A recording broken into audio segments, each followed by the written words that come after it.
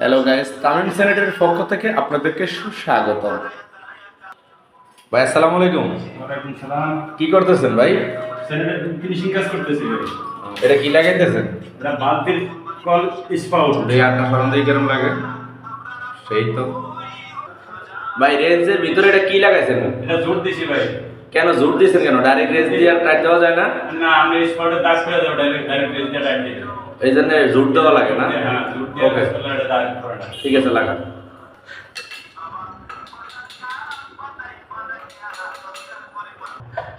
ভাই এটা কি লাগাইতেছেন?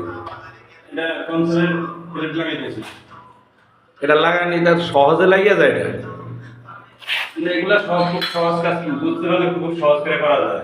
এদের খুব দ্রুত কাজ মানে লোকাল কাজ আছে, এই কাজটা খুব সহজে করা যায়। সহজে করা যায়।